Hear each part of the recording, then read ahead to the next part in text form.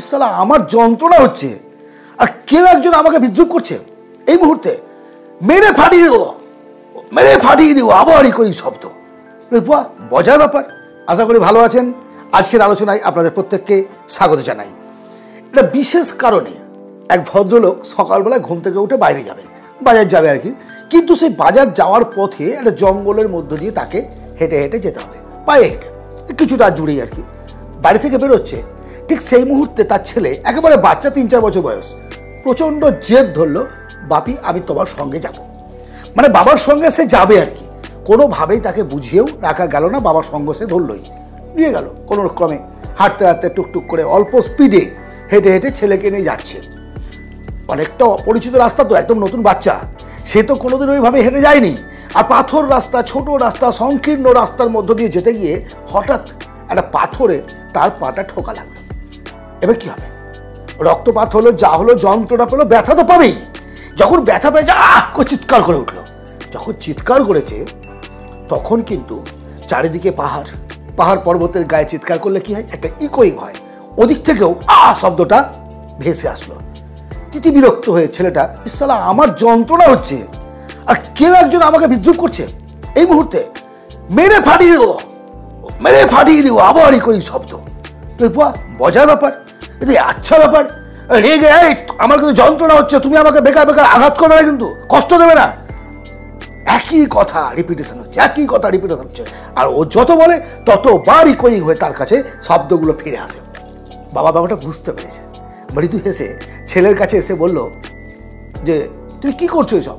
দেখো না আমার ব্যথা হচ্ছে, আমার যন্ত্রণা হচ্ছে, আর আমি যা বলছি তাই নিয়ে আমাকে বিদ্রুপ করছে। এই সময় কেউ একজন আছে জঙ্গলের মধ্যে ঢুকে, পাহাড়ের ভেতর থেকে। বাবা তো বুঝতে পেরেছে ব্যাপারটা, বললো আচ্ছা তাই নাকি, এসো তুমি আমার সামনে এসো। হাত ধরে ধরে একটা ফাঁকা জায়গায় গিয়ে দাঁড়ালাম, দাঁড়িয়ে চিৎকার করে বললো আমি তোমাকে ভালোবাসি। একদম সেম ইকোয়িং হয়ে কথাটা তার কাছে আবার ফিরে আসলো। ছেলেটি অবাক, সে কিন্তু দেখছে আর অনুভব করছে কি হচ্ছে, কি কাউন্টারে কি হচ্ছে। বলো বাবা এটা কেন হলো?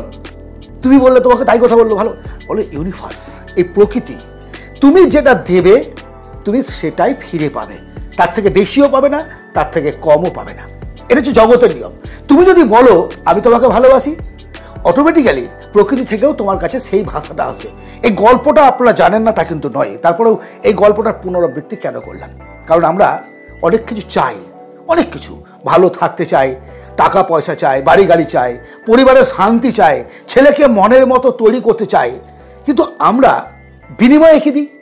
পরের ছেলে পরমানন্দ, কাউকে অন্যায় করতে দেখেও প্রতিবাদ করি না। না, বর্তমান সোসাইটি, বর্তমান সামাজিক অবস্থা সেরকমই, শাসন করার দরকার নেই, কিন্তু যতটুকু পারা যায় মানুষের পাশে দাঁড়ানো, মানুষকে হেল্প করা। তবে না আপনি কারো পাশে দাঁড়াবেন না, স্বার্থপরের মতো ঘরের মধ্যে বসে থাকবেন, আর অন্যরা আপনি বিপদে পড়লে আসবে, এই ধারণাটা তো প্রথমে মাথা থেকে মুছে ফেলতে হবে। এই ইউনিভার্সে এমন একটা সিস্টেম, আপনি যা দেবেন ফেরত পাবেন, এখানে কোনো কৃপণতা নেই, কোনো কৃপণতা নেই। আপনি যদি অর্থ চান, অর্থের জন্য আপনাকে পরিশ্রম দিতে হবে, অর্থের জন্য আপনার স্কিল ডেভেলপ করে সেখানে নিয়োগ করতে হবে, অর্থের জন্য আপনাকে ভালো পদে ভালোভাবে আপনার কাজটাকে করতে হবে, যেটা দায়িত্ব আপনার আছে পালন করতে হবে। তাই তো সহানুভূতি পেতে চাইলে মানুষের পাশে দাঁড়াতে হবে। হ্যাঁ আমি জানি 10 জন মানুষের উপকার করেছেন, সেই 10 জন মানুষ সুযোগ পেলে আপনাকে বাঁশ দেবে। কিন্তু এমনটাও দেখেছি, একেবারে অপরিচিত জায়গায় বিপদে পড়ে গেছি, আমি আমার কথাই বলছি, চিনি না জানি না, তারপরেও 10 জন লোক কিন্তু এগিয়ে এসছে সাহায্য করার জন্য। কেন আসে? এটা প্রকৃতির নিয়ম। আপনার সেই ব্যক্তিটার দ্বারা উপকার না হলেও আপনি কিন্তু আরো অন্য ব্যক্তির দ্বারা উপকৃত হবেন। আপনাকে সেটা করতে হবে।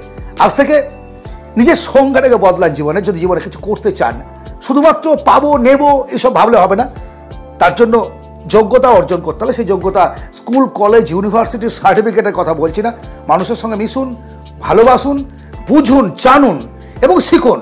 তার সঙ্গে সঙ্গে প্রতিটা পদক্ষেপ সমানভাবে এগিয়ে চলুন। শালা বললে শালা শুনতে হবে, বাবা বললে বাবাই শুনতে পাবেন। হ্যাঁ, এর মধ্যেও কিছু ব্যতিক্রমী মানুষ আছে যারা ভালো কাজেও বদনাম করে, যারা আপনার পায়ে পায়ে ত্রুটি ধরবে, এরকম মানুষ থাকবে। নদীতে বাড়ি থাকবেই, সমুদ্রে ঢেউ থাকবেই, এগুলো জগতের নিয়ম। আর এই নিয়মের মধ্যেই নিজেকে এগিয়ে নিয়ে যেতে হবে সুন্দরভাবে। যা দেব তা পাবো, এই থিওরি মেনটেন করে আজ থেকে এগিয়ে চলুন। আশা করি জীবনে সফল হবেন এবং কোনো রকম বিপদে পড়বেন না। ভালো থাকবেন, দেখা হবে আবার অন্য ভিডিওতে। ধন্যবাদ।